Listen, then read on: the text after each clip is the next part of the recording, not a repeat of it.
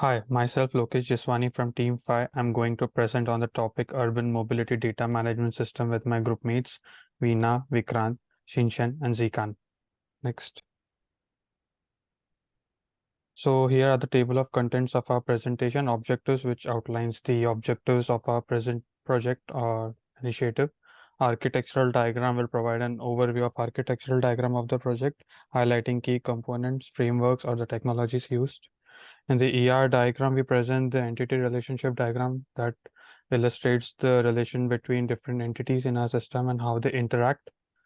In data pipeline, we discuss the architecture of data pipeline and how data flows through the system from source to destination with required pre-processing and transformation. And in the visualization part, we'll showcase the visual representation or dashboards created as a part of our project. In the future plan, we'll discuss future plans for the project and any upcoming enhancements and optimizations. In the Q&A session, we are open to answer any questions about our presentation in the end.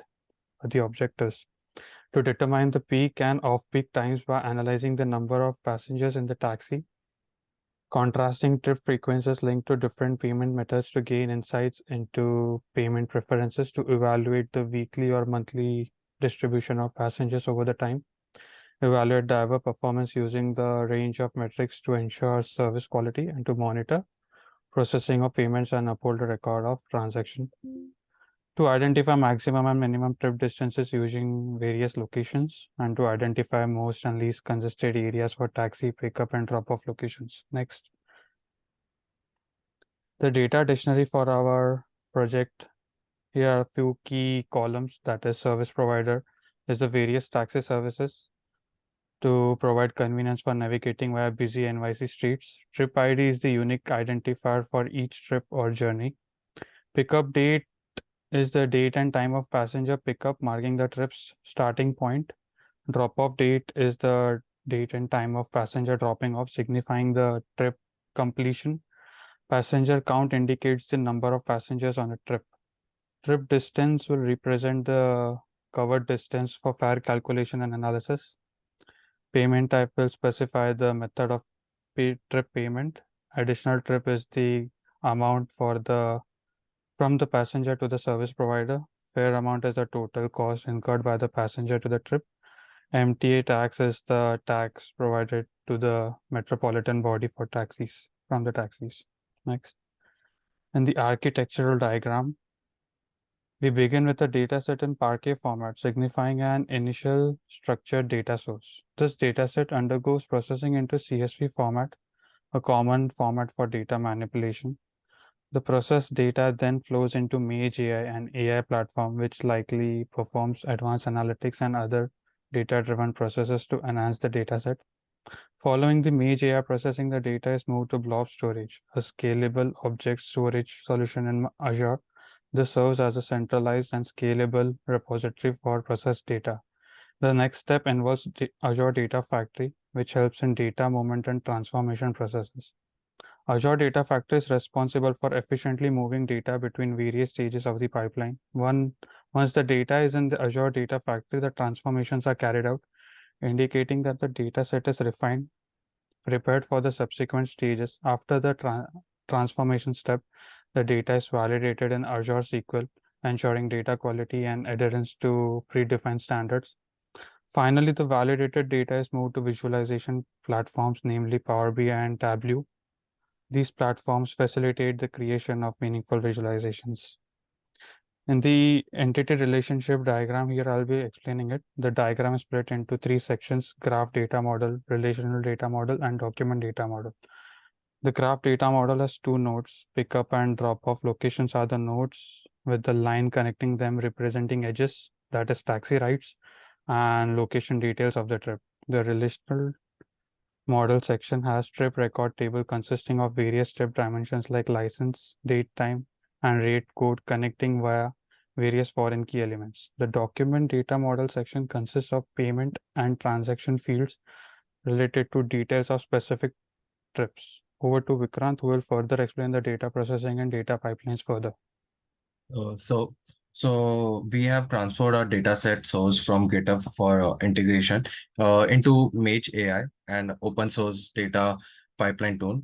to perform the diverse data pre-processing operations and subsequently exporting the refined data set to Azure Blob Storage. And then we have created a data pipeline using data flows and triggers within the data factory to facilitate the seamless data deployments and periodic data refresh. And here are the few snippets of our work with data loading from GitHub URL link. And within the data pre-processing, we filled the null values like NA and just adjusted the column names into the standard formats and converted few of the data types according to our needs. And in data export, by configuring the parameters of blob storage into Mage AI, we transferred the clean data file from Mage AI to blob storage. So these are the pipelines we have created. In the first pipeline, we use the activity of stored procedure and copy it to implement the table creation and data insertion. Similarly, in the second pipeline, we use the stored procedure for location and trip, and then perform the copy data activity for the location table. We then transferred the data into location staging table using another stored procedure. It was important to note that we created a staging location table because we aren't able to capture the dynamic node ID columns, which always gets a generator ending with different hexa codes to map a fixed column name that can be referenced while implementing the next part in the data flow, which helps us for the project. So the over here, the data flow is for loading the trip output. We are joining the pickup and the drop off location IDs with their names and then transferring the passenger counts, the trip distance and different attributes to the trip table. So over here are the triggers which we have created. So there are two different triggers which we have created, the dog trigger and the graph trigger. The trigger plays a crucial role in overall orchestration of the data workflow within the Azure Data Factory, allowing us to automate and schedule the execution of data pipelines based on various conditions and events. So over here, we have two different triggers, as you can see, which starts the execution of pipeline on a specific schedule. So we have referred to it on the weekly basis. On the weekly basis, the data gets updated. Oh, over here, you can see, since our data is static, we manually updated few of the some of the rows and manually added some other rows to cross-check the whether the trigger was working or not. So by utilizing the Azure Data Factory schedule triggers, we automate weekly data processing tasks and ensuring timely and efficient execution of data pipelines. We have set on the weekly basis the triggers. So these are the snippets of our pipeline runs. Over to Alex. Hi everyone. I'm going to show relational data model visualizations. Next. The first line chart illustrates the fluctuating order counts for service providers over 3 years. We can see that the red line, Uber orders experienced a sharp decline at the onset of 2020, potentially due to the COVID-19 pandemic before gradually recovering. Uber consistently maintains the highest order count among the services. There are noticeable seasonal patterns for Uber and Lyft, with peaks around the late spring and early fall. Next. We can see the first bar chart illustrates the distribution of order counts for different service providers across various hours of the day. Uber consistently shows the highest number of orders throughout the peak hours, followed by Lyft. The busiest hours for all providers combined seem to be from 3 p.m. to 9 p.m., with order counts peaking at 6 p.m. The second line chart displays the trend of passenger count for different weekdays and months. Passenger demand fluctuates throughout the week, with Friday being the peak day for travel. There is also a monthly variation, with the January or February showing high passenger counts, suggesting seasonal impacts or specific events driving the demand. The lowest counts are consistently on some days across most months, which may reflect lower travel activity on this day. The last pie chart shows the order ratio of four service providers. Uber leads with approximately 48% of the orders. Lyft follows with around 32% market share. Next. Let's move to our dashboard. This dashboard provides a comprehensive overview of passenger payment preferences and the behaviors. The pie chart illustrate that a significant majority of transactions, about 75%, are made using credit cards, emphasizing its dominance as a payment method. In contrast, cash payments account for about 19%, while other payments such as dispute and no charge transaction represent a minimal percentage at 0.04% and 0.29% respectively. Moving to the top middle section of the page, we have two key figures, the total amount spent and the total tips given. As we utilize the filter in the up left corner to select all different payment methods, these figures will dynamically update to display the total amount and the total tips associated with the selected payment method. Below that, we have a bar graph which breaks down the transactions. Here we can see that credit card payment takes the highest proportion of total spend at about 449,000, followed by cash at 111,000, with much smaller amounts for the other categories. At the bottom, we have another bar graph. It clearly shows that credit card transactions are the most frequent at 22,000 trips, consistent with their high usage for payments as shown in the pie chart. Cash payments are associated with 7,000 trips.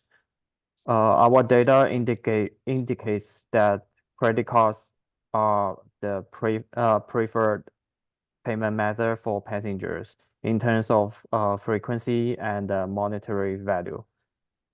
This insight will help us tailor the payment process to meet passengers' preferences and ensure transaction handling. Next slide. We have some SQL queries to cross-check the output with our dashboard for verification. Now pass over to Vina. Thanks, Akan. So we have our graph visualizations here now. So for importing the graph data model into the Power BI, we first had to create a view, trip with location names. So basically this view is combining the trip table and the location table, which are our node and edge tables. And this view will basically combine the location ID with their location names for the pickup and drop off locations, and the trip distance, passenger count, and trip IDs will also be mapped according to it. So let me just share my screen to show you the graph visualization which we have created. Okay. So this is the first visualization, which is the busiest pickup location. Here we can basically see that the Upper East North End is one of the top pickup locations because a lot of trip IDs are being mapped to it. Vikrant, can we switch to the your presentation once because I will need Yeah, to sure. show the query as well. Sure. I think so.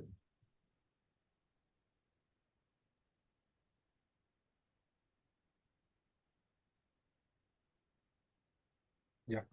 Is my screen visible? Yes. So if you move to the next slide, here we can see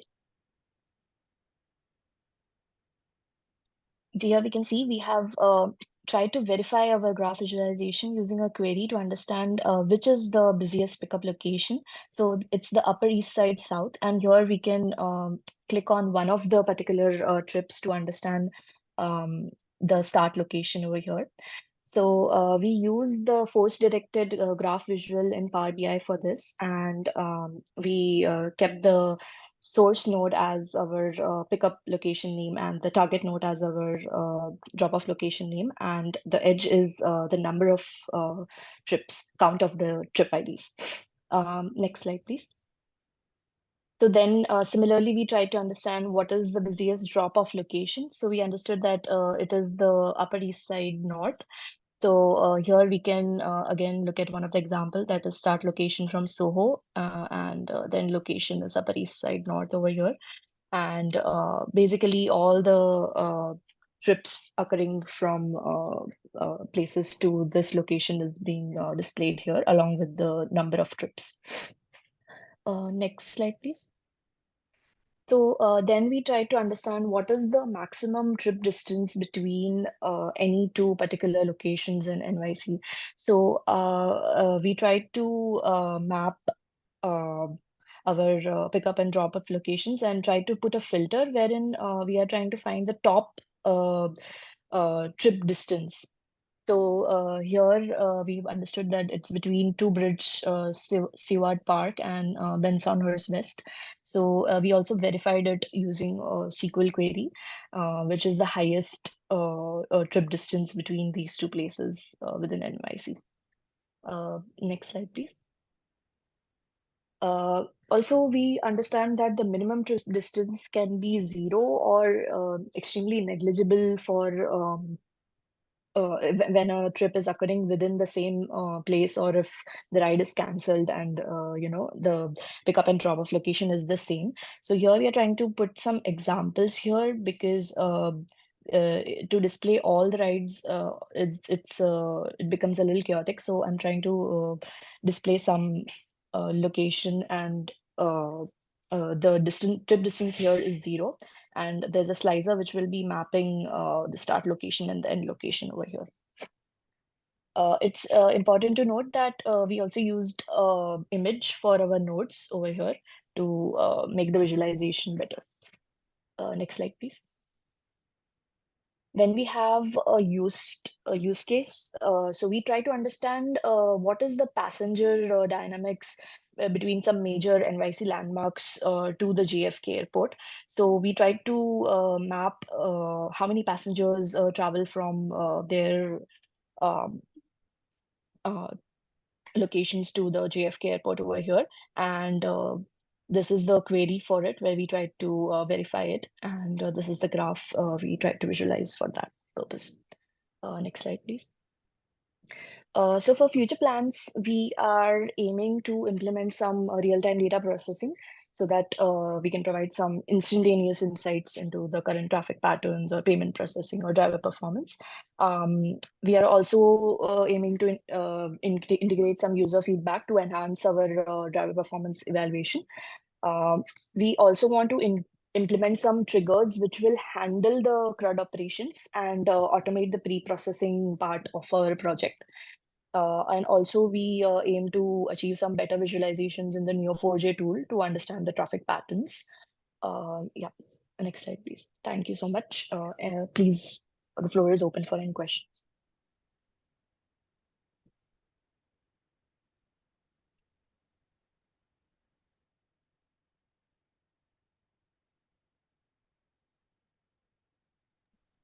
Hello. Hello. Yes. I have a question. Like, so how did you guys like switch from a static to a dynamic database to like enable real-time data refreshing?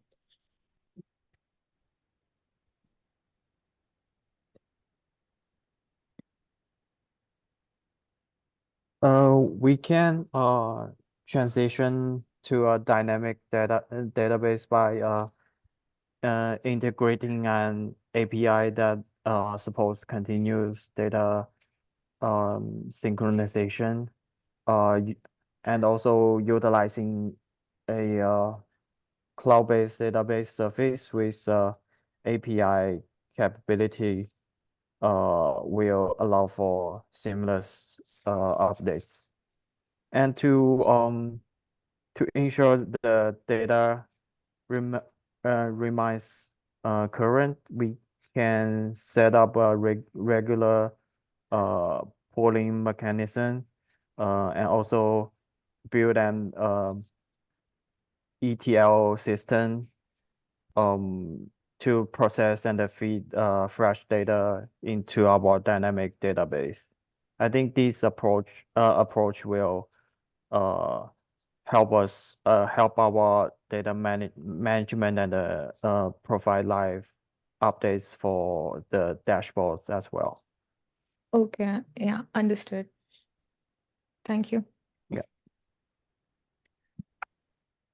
Yeah, I have one question. How did you guys implement the image for the nodes in Power BI? Yeah, great question. So, first, basically, I took a icon and I hosted it on IamGur and website, and then there is a tool which is not a tool, like a option to add a URL of image, and it can automatically populate in the force detected graph the nodes with images. Oh, okay. Thank you. Yeah, thank you.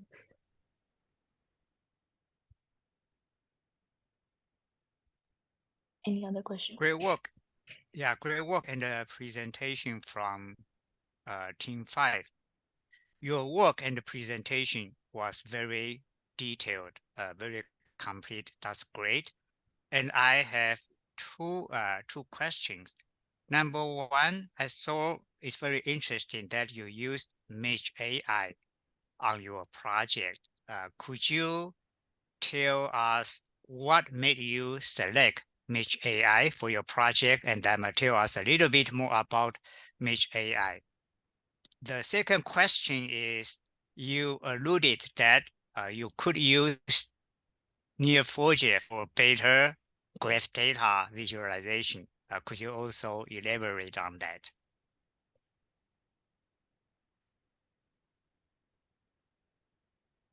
Okay, Professor, I will explain a little bit about the Mesh AI. Yeah, so look at background. I need to share the screen.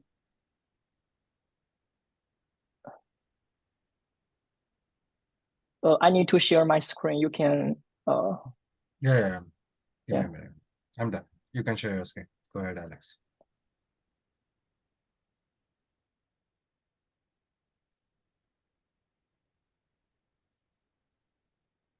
Yeah, Professor, can you watch my screen? Yeah, yes. Yeah, it's a Mesh AI platform, and the first part is a data loader. So I just upload our data file to my GitHub and copy the URL link to the data loader part, and we can see that we can get the data file we need. And the second part is the transformer. In this part, I just use a table from data loader we get, and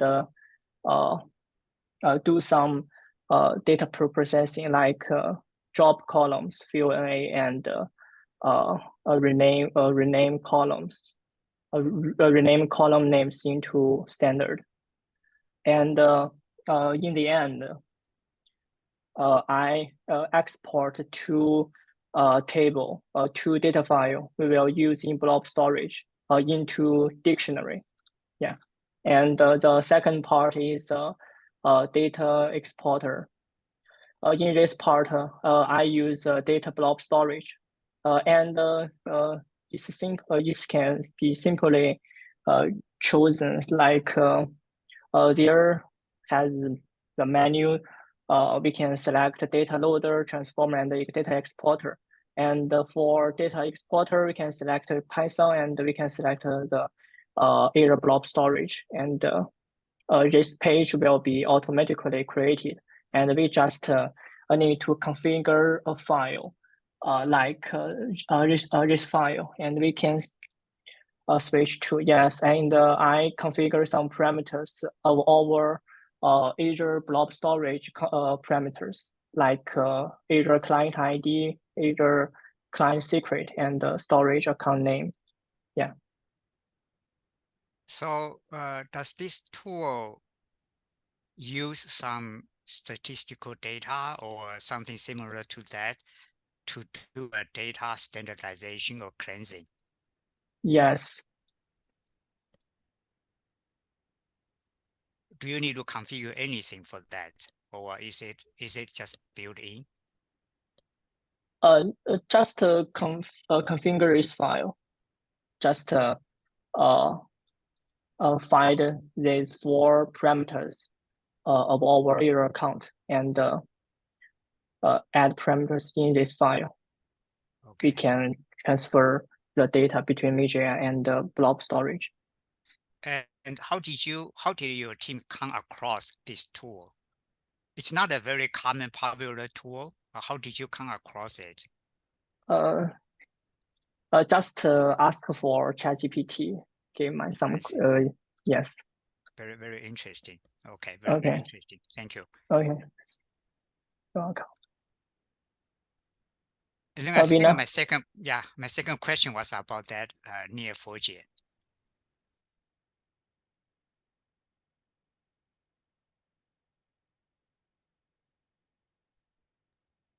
Hi, Professor. So about the Neo4j you were asking, like we did try to import the data in the Neo4j tool, but we were facing some issues. But yeah, that I we see. have kept it as a future scope because Okay. it's highly suitable and integrated graph analysis. So it has a steep learning curve, so we were short of time on it. So yeah, we have it in our Understood. mind. So Yes, your plan was to get your graph model data into Neo4j and then do better visualization and analytics from Neo4j, right? correct. Yes, Excellent. Professor. But we Okay. have done some analysis on graph.